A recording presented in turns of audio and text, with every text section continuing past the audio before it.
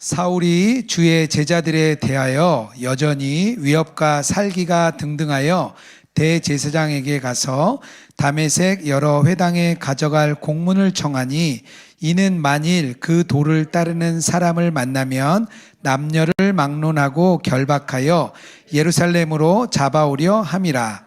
사울이 길을 가다가 다메섹에 가까이 이르더니 호련히 하늘로부터 빛이 그를 둘러 비추는지라.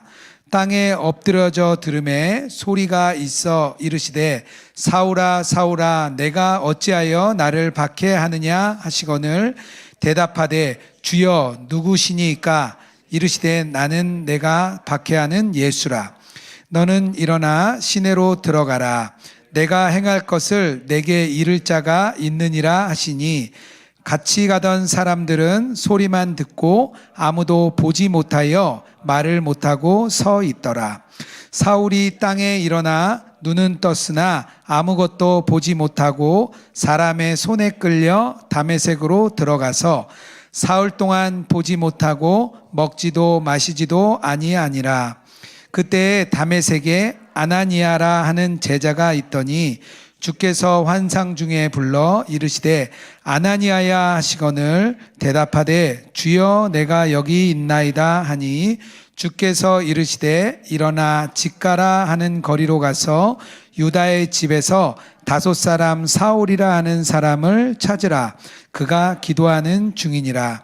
그가 아나니아라 하는 사람이 들어와서 자기에게 안수하여 다시 보게 하는 것을 보았느니라 하시거늘, 아나니아가 대답하되 주여 이 사람에 대하여 내가 여러 사람에 들어싸운즉 그가 예루살렘에서 주의 성도들에게 적지 않은 해를 끼쳤다 하더니, 여기서도 주의 이름을 부르는 모든 사람을 결박할 권한을 대제사장들에게서 받았나이다 하거늘, 주께서 이르시되 가라.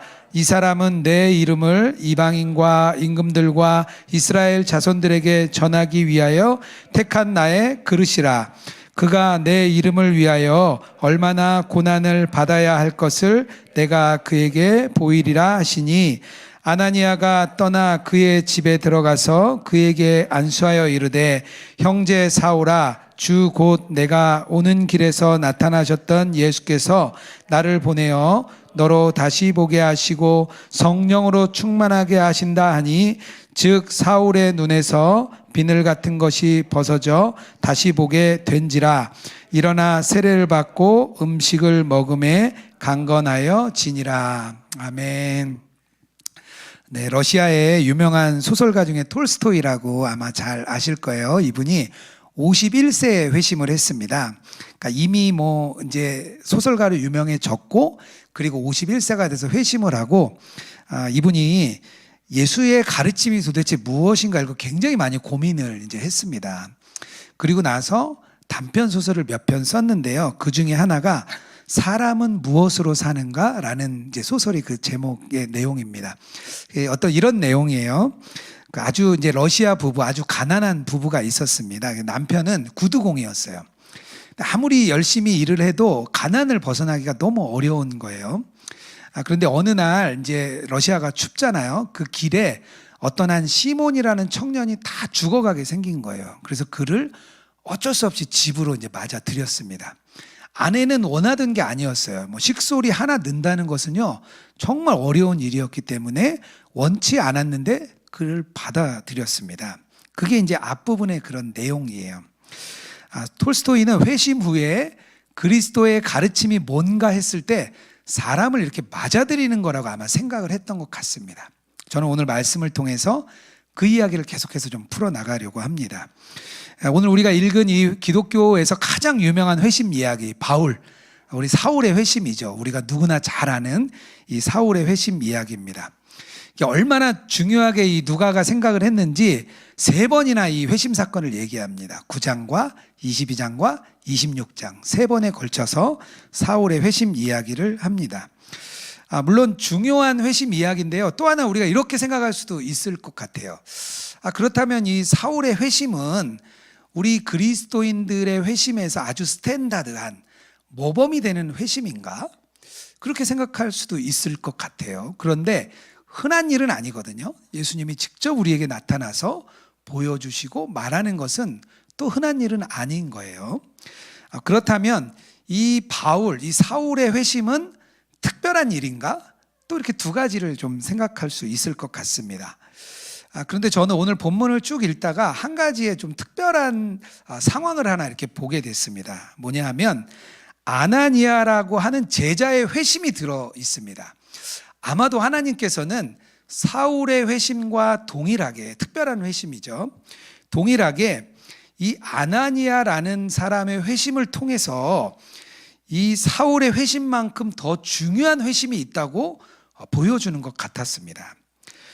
사울의 인생에서 하나님이 향하신 그 목적이 실현되기 위해서는요, 또 다른 회심자가 필요했습니다. 사울 혼자만의 회심자가 아니라 다른 사람의 회심, 우리들의 회심이 너무 필요합니다. 그런데 사울은 왜 이렇게 그리스도인들을 미워했을까요? 도대체 왜 사울은 왜 이렇게 그리스도인들을 미워했을까요? 한 두 가지 정도의 이해를 할 수 있을 것 같습니다. 하나는 7장에 보면 스데반이 죽을 때 사울이 되게 마땅히 여겼다고 이렇게 나옵니다. 그리고 8장에 보면 교회를 파멸시키기 위해서 교인들을 이렇게 옥에 가두는 장면이 나오는데, 거기서 쓰는 단어들이 이게 동물들의 사나움을 표현할 때 쓰는 단어들을 많이 썼습니다. 그러니까 사납고 잔인하다 이렇게 좀 볼 수가 있겠죠. 그리고 오늘 우리가 함께 읽은 9장 1절에 보면 위협과 살기가 등등했다라고 나옵니다. 우리가 읽진 않았는데 26장에 가면 사울이 자기 자신을 뭐라고 표현하냐면 극도의 분노가 있었다 이렇게 이야기를 합니다. 그 분노에 자기가 사로잡힌 거죠. 다소라는 지역의 출신입니다. 사울은 약간 예루살렘 위쪽 북부 지역의 다소라는 지역의 출신이었습니다. 날 때부터 로마 시민권자였고요. 다소라는 지역은 굉장히 상업적으로 그때 당시에 중심지가 됐던 곳이었습니다. 교육도 잘 받았어요. 뿐만 아니라 예루살렘으로 유학을 보냈습니다. 그리고 그곳에서 가장 유명한 랍비 가말리엘의 제자가 됐습니다.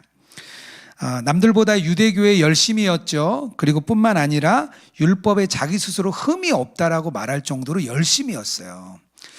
그런데 그가 종교에 최선을 다했는데 자신이 알던 종교와는 다르게 예수를 따르는 무리들은 다른 이야기를 하는 거예요. 근데 그 이야기가 자신이 최선을 다해서 섬겼던 종교의 모든 행위가 부정되는 거였습니다. 자기의 행위가 그동안 가지고 있던 종교적 행위가 부정당하니까 화가 막 난 거예요. 저희들도 예수동행운동을 곳곳 교회마다 이렇게 소개해 드립니다. 그리고 목사님들이 교회 안에 예수동행운동을 하자고 할 때 화가 나는 성도들이 참 많으세요. 왜냐하면 자기의 신앙이 부정당하는 것 같다고 이야기를 합니다. 그래서 화가 막 나는 거죠. 한 가지 그 이유가 있었습니다. 또 하나는 유대교 전통에는 율법을 어기는 사람들에 대해서는 공공연하게 응징하는 것이 굉장히 잘한다고 칭찬받는 일이었습니다. 그리고 이런 일을 장려하기도 했습니다.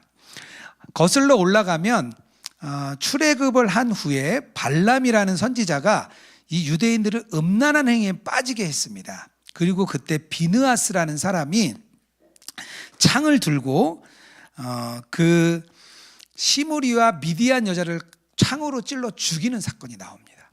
그리고 나서 이 비느하스라는 사람은 대제사장이 될 것이라고 약속을 받습니다. 그때부터 유대인들은 교회에 문제가 있는 사람들을 핍박하는 것을 당연하게 여겼습니다. 그래서 이 바울은 사울이죠. 이 사울은 비느하스의 정신을 가지고 그들을 잡으러 간 거예요. 열심을 다한 거죠. 그러던 그가 오늘 우리가 쭉 읽은 말씀대로 빛 가운데 예수님을 만났습니다. 그리고 내가 박해하는 교회 그곳이 곧 나 예수라 이런 말을 듣고 사울이 너무 충격을 받았습니다. 사울이 이 충격을 받고 하는 첫 번째 일이 있는데요. 뭐냐면 멈추어 서서 자신을 돌아봅니다. 9절 말씀이에요. 사흘 동안 보지 못하고 먹지도 마시지도 아니하니라. 눈을 볼 수 없게 된 것은 주님의 놀라운 빛을 만났기 때문에 볼 수 없게 되었죠. 그런데 먹지도 마시지도 않은 것은 사울이 스스로 결정한 일입니다. 사울의 심리 상태를 알 수가 있습니다. 우리가 하나님께 이렇게 돌이키는 회심을 하기 위해서 중요한 게 있는데요, 멈추어 서서 자신을 돌아보는 게 너무나 필요합니다. 내가 지금 무엇을 향해 나아가고 있는지, 내 인생은 도대체 어느 길로 가고 있는지 멈추어서 자신을 점검하는 일이 너무나 필요합니다. 하나님은 자기가 구원하고자 하는 사람들에게 주시는 마음이 있는데요, 그 속에 이런 마음을 주시는 거예요. 심어 주십니다. 마음을. 자신이 어떻게 될지 진지하고 또 경건한 숙고를 우리 마음에 불어넣어 주시고요, 그리고 스스로의 모습을 발견할 수 있도록 하는 게 하나님의 행동이십니다. 사실 우리는요, 인생을 살아갈 때 우리가 어떤 사람인지 잘 모르고 살아가요. 우리가 살다 보면 우리가 생각하는 되게 이상적인 자아가 있어요. 그 이상적인 자아는 어떤 사람이냐면 내가 상상하고 또 내가 바라는 모습입니다. 이런 모습으로 세상이 나를 기억해 주기 바라는 모습이 이상적인 모습이에요. 사실은 근데 이런 모습은 가짜입니다. 가짜. 나를 이렇게 포장해 버린 가짜죠. 가짜. 반대로 진짜 자아가 있어요. 진짜 자아. 이건 뭐냐면 자기의 성격과 실제적으로 나타나는 행동입니다. 그런데 이런 모습은 언제 나타나냐면 다른 사람하고 딱 부딪히는 환경에서 자기가 쑥 드러나요. 그래서 상대방도 받아들이기 아주 힘들어하는 자아가 불쑥불쑥 올라옵니다. 대부분 결혼 전에는 다 자기가 좋은 사람이라고 생각을 해요. 이만하면 나 되게 좋은 사람이지. 그리고 직장 생활을 하면서 다른 사람을 만나기 전에는 다 집안에서 귀한 아들, 딸이잖아요. 그러니까 나는 되게 좋은 사람이라고 생각을 해요. 그런데 막상 아내를 만나보고 남편을 만나보고 또 직장에서 상대를 만나보면 자신의 문제가 딱 드러납니다. 그런데 포장을 하죠. 어떻게 해요? 나는 문제였고 다른 사람이 문제야, 이렇게 치부해 버립니다. 실제적인 자아가 드러나는데 그것을 판단 못합니다. 멈추어 서라는 것은요, 그런 자기를 발견해 보라는 거예요. 하나님께서 원하시는 모습입니다. 이런 가짜 자아는요, 환경과 또 주변에 내가 자란 성장 과정을 통해서 만들어지는 그런 모습입니다. 하나님이 만들고자 했던 모습이 아니라 자기 스스로 만들어내는 모습이에요. 그리고 자기를 포장하고 자기의 가면 뒤에 숨어 사는 자기. 근데 사실은 비참합니다. 비참해요. 사단이 원하는 것은요, 포장과 가면 속에 숨어서 비참하게 살아가기 원하는 게 사단이 원하는 모습입니다. 제가 지난주에 청년 예수동행 집회가 있어서 이렇게 청년들을 예배 끝나고 안수기도 섬기는 일을 했습니다. 여러 목사님들과 함께 이렇게 섬겼는데요, 이렇게 문 앞에 한 휠체어를 탄 청년이 이렇게 문 앞에 이렇게 왔어요. 그래서 제가 그 청년이 눈에 좀 들어와서 제가 나가서 기도를 좀 해줄까 했는데 이렇게 쑥 돌아서 가더라고요. 그래서 그냥 친구를 만나러 왔나 보다, 이렇게 생각을 그냥 했습니다. 그날따라 우리 청년들이 많이 나와가지고요, 한참 시간이 걸렸습니다. 그리고 제가 이제 마지막까지 남아서 기도를 해주고 나오는데 그 청년이, 휠체어를 탄 청년이 문 앞에 이제 기다리고 있더라고요. 그래서 제가 그 청년에게 기도 받기 원하냐 그랬더니 그래, 기다렸대요. 그래서 기도 제목이 뭐냐 이렇게 물었더니 이 청년이 약간 장애가 있는 그런 청년이었습니다. 어눌한 말투로 자기도 예수님 믿고 믿음도 있는데 나는 왜 이렇게 태어났고 왜 사람들에게 왜 무시받으며 살아가야 되는지 그걸 생각할 때마다 너무 속상하다고 이렇게 얘기를 하더라고요. 그래서 제가 제 친구 얘기를 한 명 해줬어요. 제 친구 대학 때 가장 친했던 친구가 현장에서 사고가 나서 1급 장애인이 된 친구가 있었습니다. 그 친구 이야기를 해주고 하나님이 분명히 우리 청년에게 아름다운 모습을 주셨다, 그거 우리 믿고 기도하자, 그렇게 기도를 하는데 이 친구가 제 손을 꼭 잡고 기도를 하더라고요. 세상의 환경에 의해 만들어진 우리의 모습이 있습니다. 그 모습을 가짜 자아죠. 근데 우리가 속아요. 그런 모습에 속아서 비참하게 살게 합니다, 사단이. 하나님은 그것으로부터 돌아서기 원하는 거예요. 그게 회심인 거예요. 회심을 하는 사람, 하나님께로 돌이키는 사람은요, 자신의 진짜 모습을 발견합니다. 하나님이 만드신 아름다운 모습을 발견하게 되는 거예요. 자신의 행동이 내가 그동안 잘못됐구나, 내가 그동안 잘못 살아왔구나, 이것을 우리가 발견하게 됩니다. 그리고 하나님이 만들어주신 아름다운 모습을 이렇게 발견해 나가는 게 일반 사람들의 회심입니다. 누가복음 15장에 탕자 이야기가 나옵니다. 그 탕자는 아버지의 재산 받아서 다 허랑방탕하게 살았죠. 나중에는 재산 떨어지고 쥐염 열매 먹을 그 길도 없어서 고통스러워할 때 그가 멈추어 서서 생각합니다. 누가복음 15장 17절이에요.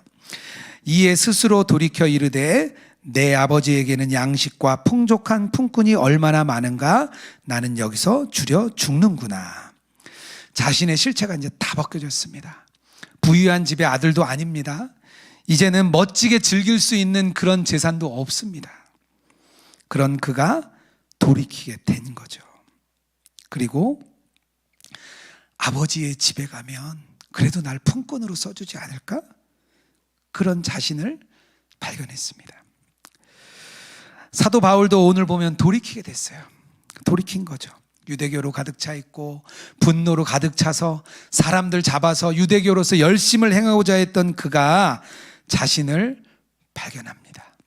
그리고 그는 기도의 자리에 앉습니다. 11절이에요. 주께서 이르시되 일어나 직가로 하는 거리로 가서 유다의 집에 다소 사람 사울이라는 사람을 찾으라. 그가 기도하는 중이니라. 회심하고 주님 앞에 기도하는 자리로 나아갔습니다. 우리가 좀 멈추어 서서 자신을 좀 돌아보면 좋겠습니다. 혹시 나를 감싸고 있는 거짓 자아가 있는지, 세상과 또 사단이 나를 만들게 한 거짓 가면이 있는지 우리가 그것을 발견했으면 좋겠습니다. 그것으로부터 돌이키면 하나님이 기뻐 받으시고 우리의 아름다운 자아를 발견할 수 있도록 해줍니다. 그게 바로 사울의 회심이었습니다. 여기서 또 한 명의 회심이 나오는데요, 아나니아라는 제자의 회심이 나옵니다. 이 아나니아는 개인을 얘기하기도 하지만 다메섹 교회의 대표를 이야기하기도 합니다. 하나님이 원하시는 게 있었는데요, 뭐냐면 다메섹 교회 사람들이 회심하기를 원하셨어요. 하나님은 아나니아라는 이 제자가 회심하기를 원하셨는데 왜 그러셨을까요? 왜? 아나니아에게 하나님이 나타납니다. 사울처럼 똑같이 나타나요. 아나니아는 근데 사울과 다르게 아주 순정적인 모습을 보입니다. 10절이에요. 그때 다메섹에 아나니아라는 제자가 있더니 주께서 환상 중에 불러 이르시되 아나니아야 하시거늘 대답하여 주여 내가 여기 있나이다 하니. 아나니아가 좀 제자다워요. 그는 좀 다르게 대답합니다. 주님, 제가 여기 있습니다. 이렇게 대답을 해요. 하나님의 말씀에 순종할 준비가 딱 되어 있었어요. 제자답죠.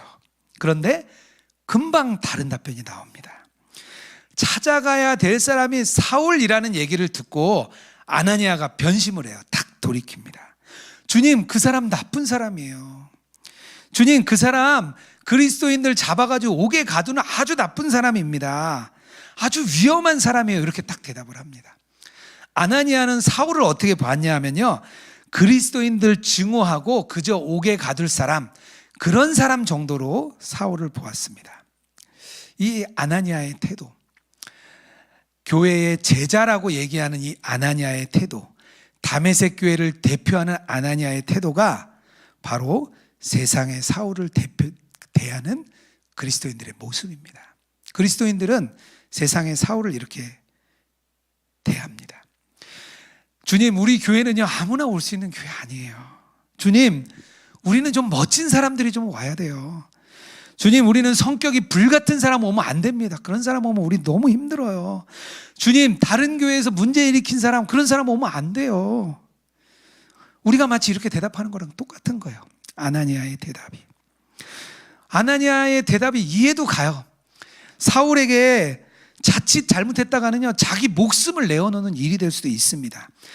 가만히 있는 말볼통을 탁 건드려 가지고요 문제가 될 수도 있습니다.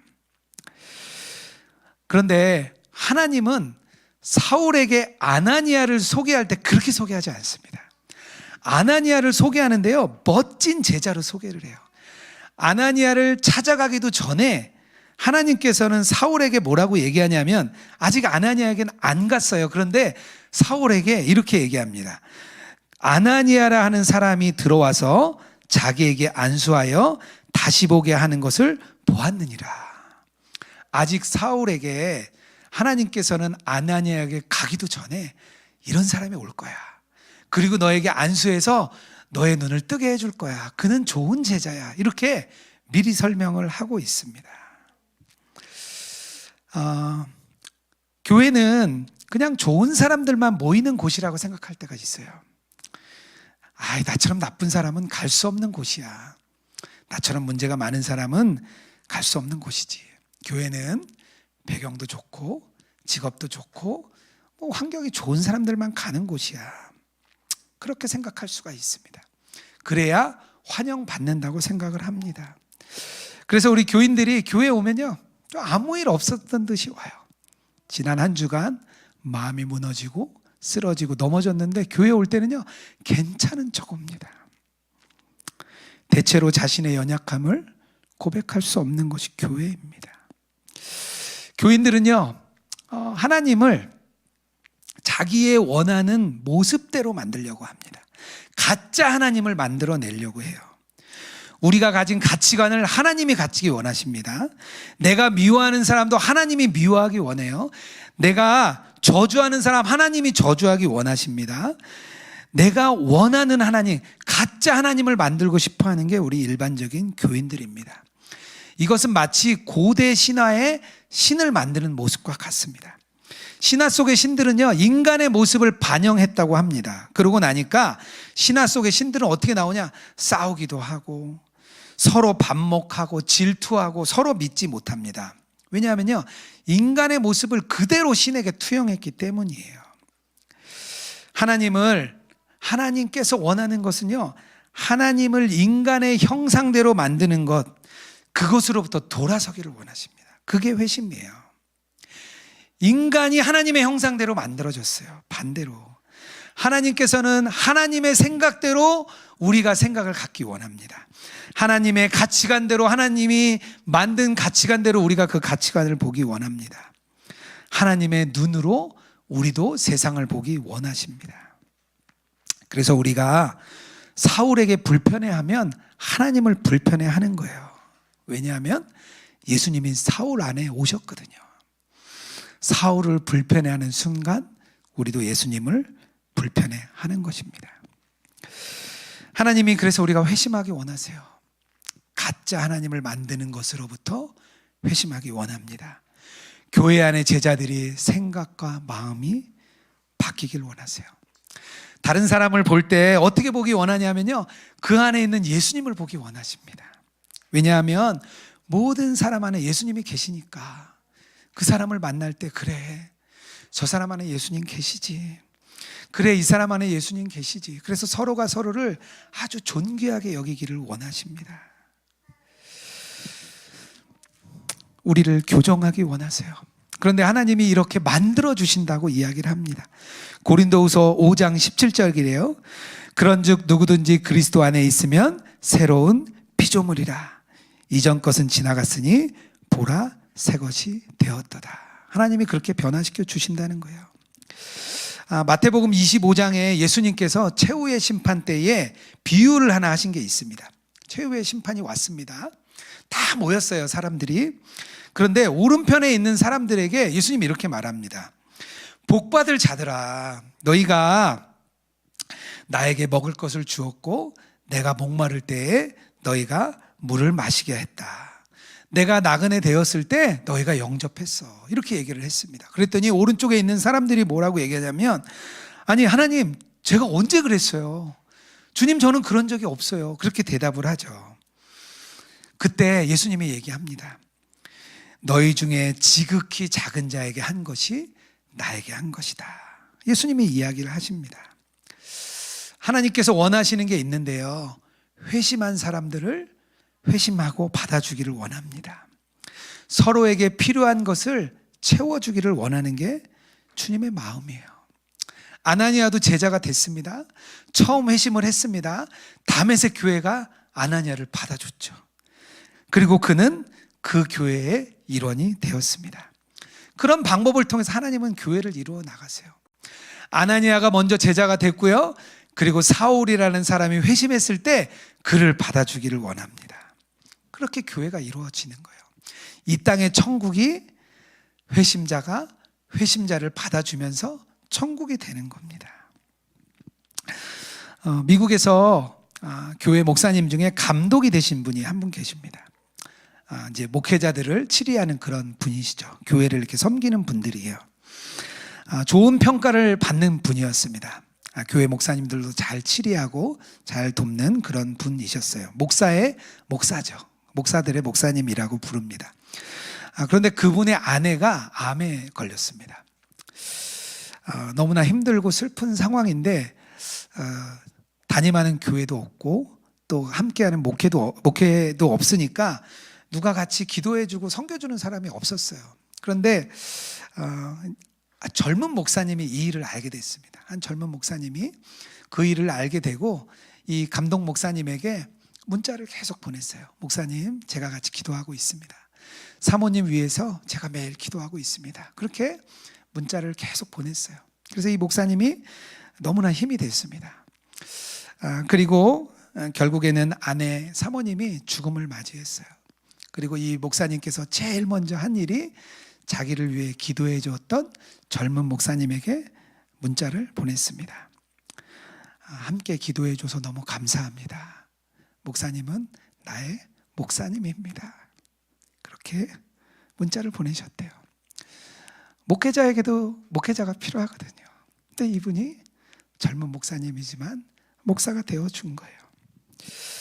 제가 앞에 얘기한 저와 가장 친한 우리 대학 친구, 가장 친한 친구예요.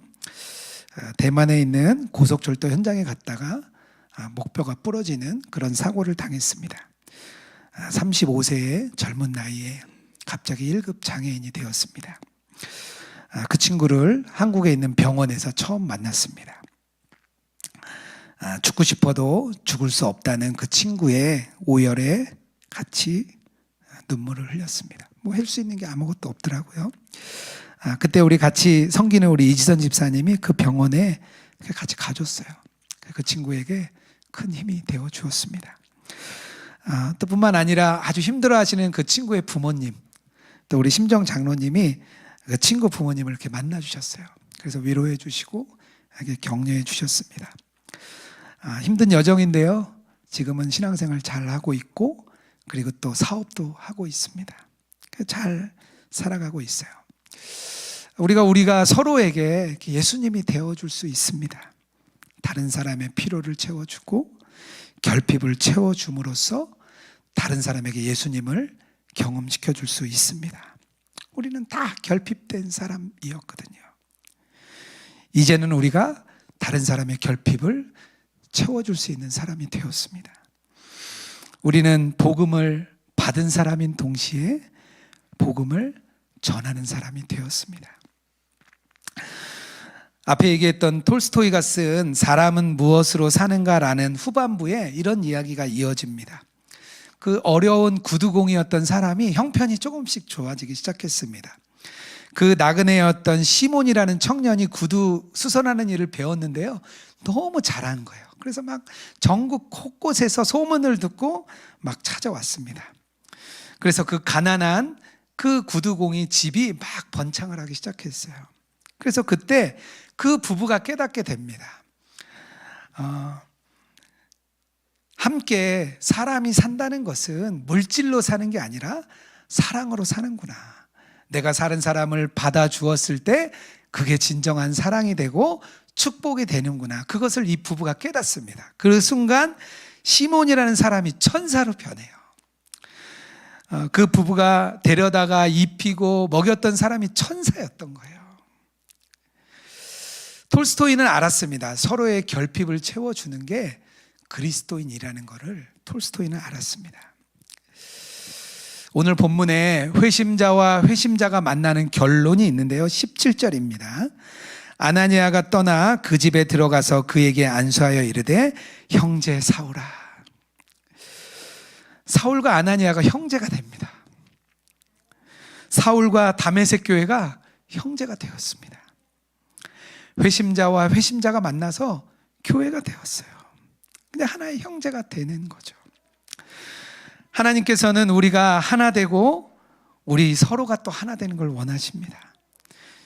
이 땅에서 아름다운 삶이 그렇게 이루어지는 거죠. 교회가 되는 것은 회심한 사람이 회심한 사람을 받아주고, 또 회심한 사람이 또 회심한 사람을 받아주고, 서로의 필요를 채워줄 때 아름다운 교회가 됩니다.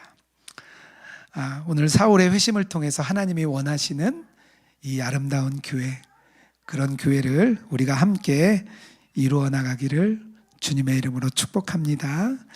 이 시간 함께 좀 찬양했으면 좋겠습니다. 우리 빈들의 마른 불같이 함께 찬양하며 우리의 예물을 또 주님께 올려드리도록 하겠습니다.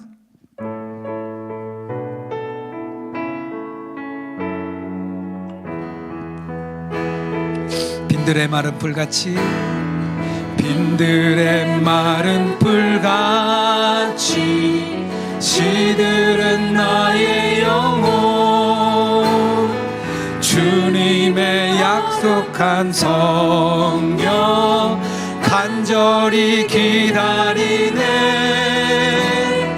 가물어 메마른 땅에 단비를 내리시듯 성령의 단비를 부어 새 생명 주옵소. 반가운 빗소리 들려, 반가운 빗소리 들려, 산천이 춤을 추네. 봄비로 내리는 성령, 봄비로 내리는 성령 내게도 주옵소서. 가물어 메마른 땅에, 메마른 땅에 단비를 내리시듯 성령의 단비를 부어 새 생명 주. 참되신 사랑의 언약, 참되신 사랑의 언약 어길 수 있어. 오늘의 흡족한 은혜, 오늘의 흡족한 은혜 주실 줄 믿습니다. 가물어 메마른 땅에, 가물어 메마른 땅에 단비를 내리, 성령의 단비를 부어, 성령의 단비를 부어 새 생명 주. 가물어 메마른 땅에, 가물어 메마른 땅에 단비를 내리, 성령의 단비를 부어, 성령의 단비를 부어 새 생명 주어. 가물어 메마른 땅에, 가물어 메마른 땅에 단비를 내리시듯 성령의 단비를 부어 새 생명 주옵소서. 우리가 이 시간 함께 기도하기 원합니다. 오늘 우리가 찬양한 대로 우리의 마음이 가물어 메마른 땅과 같을 때가 너무나 많습니다. 가물어 메마른 땅이 있을 때 우리는 가짜 자아 속에 우리가 숨게 됩니다. 하나님이 만드신 것이 아니라 사단이 만들어낸 가짜 자아, 가짜 가면, 그 속에 우리가 숨어서 비참한 마음으로 있는 게 우리의 마음입니다. 주님은 그것을 원하지 않으시는 줄 믿습니다. 가물어 메마른 땅에 단비를 내리시고 성령의 단비를 부어서 새 생명을 주실 줄 믿습니다. 우리 이 시간 주여 외치고 기도하며 나가겠습니다. 주여. 하나님, 아버지, 우리가 정말 가물어 메마른 땅과 같을 때가 주님 너무나 많습니다. 우리의 심령이 너무나 메마르 있을 때가 너무나 많습니다. 하나님, 그때에 하나님, 우리가 주님 앞에 나아가게 하여 주시옵소서. 하나님, 우리가 가짜로 만들어낸 거짓자, 환경 앞에 우리가 만들어낸 거짓자, 그런 척 살아가는 나의 모습, 그런 줄 알고 살아가는 모습으로부터 우리가 깨어지길 원합니다. 하나님, 우리가 하나님이 만들어내신 아름다운 모습, 하나님이 만들어낸 진정한 아름다운 모습, 성령의 원형으로 살아가게 하여 주시옵소서. 하나님, 우리의 가물어 메마른 땅에 하나님께서 단비를 내리실 줄 믿습니다. 성령의 단비를 부으시고 새 생명을 우리에게 부어주실 줄 믿습니다.